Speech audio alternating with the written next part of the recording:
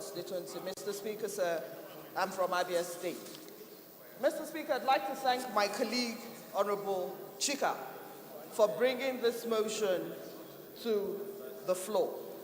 But, Mr. Speaker, it would appear to onlookers that this is a motion for people who may have been disenfranchised by their political parties and therefore have lost their party primaries. But, Mr. Speaker, that's not what this motion is about. This motion is about deepening and strengthening our democracy. Mr. Speaker, I believe that this is as good a time as any to thank you for honoring my mother at her book launch and to refer to your very eloquent speech where you said, and I quote, Mr. Speaker, with your permission, that party primaries don't show progress in Nigeria's democracy. Mr. Speaker, it captures very succinctly the meat of this motion.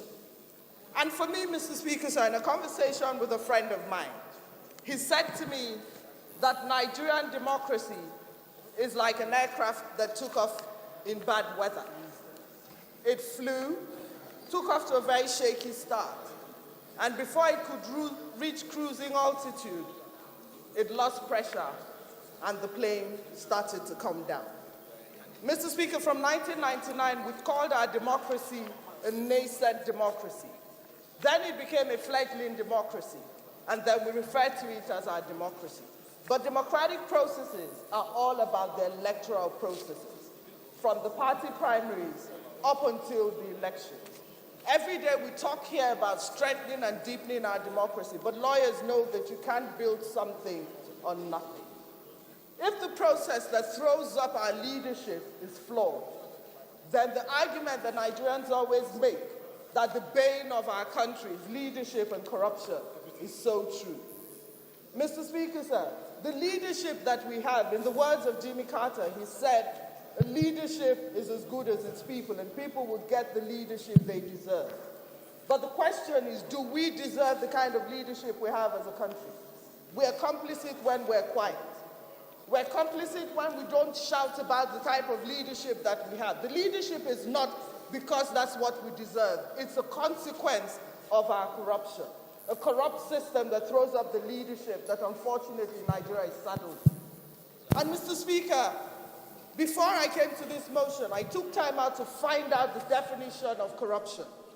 And of course, there's one by Professor Emeritus, Dr. Petrus Van Dyke, and he says, corruption is improbity or decay in the decision-making process in which a decision-maker consents to deviate from the criteria which should rule his decision-making in exchange for reward or for the promise of a reward. Mr. Speaker, sir, I am not taking sides in the Imo situation, but let me quote Senator Hope Uzodinma when he said to Governor Rochas Okorocha that if you want to give a present to your son-in-law, buy him a Rolex. Don't give him the state. We just watched the midterm elections in the United States, and we watched people who were hungry to serve their people. Men and women who stood up and said, we want to serve the United States. They came out. Now what do we have? A lot of people, with the utmost respect to the people who have their tickets, are minions of people who want them to serve them. Mr. Speaker, sir, if the process does not throw up people who are hungry to serve the Nigerian people, but who are thrown up by a people who want them to serve certain people, then, Mr. Speaker, sir, our democracy cannot grow. Unfortunately, Mr. Speaker, sir, I stand here today, and I am of the People's Democratic Party of Nigeria.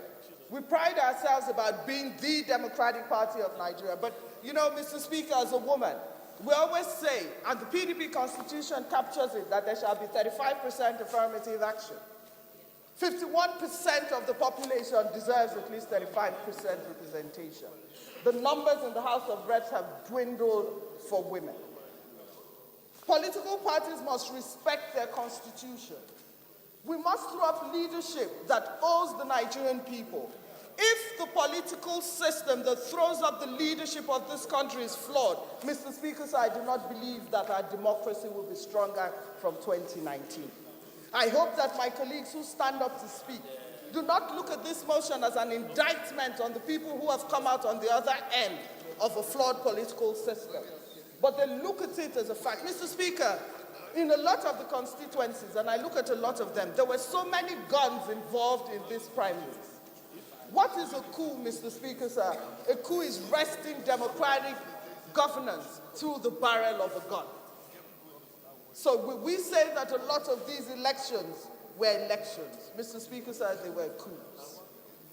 If we do not do something about proliferation of small arms and light weapons and the arms and the violence that is involved in our electoral process, if we don't do anything about measuring the numbers of women and ensuring that half of our population is involved in the governance of our country, Mr. Speaker, sir, if we don't do anything about strengthening the leadership of this country, Mr. Speaker, unfortunately, I don't care what side of the divide we are, who wins. The truth of the matter is that the people who will lose will be the Nigerian people. If the people who come here, the legislature is supposed to be the most intellectual arm of government. If the elections into the legislature is fraught with corruption and guns, and the people who have the biggest guns are the people who win the elections, my concern is what kind of laws are they going to make to strengthen our democracy? I hope that my dear colleagues who speak up in the interest of this country, speak up in the interest of our democracy, speak up in the interest of the leadership and the future of this country.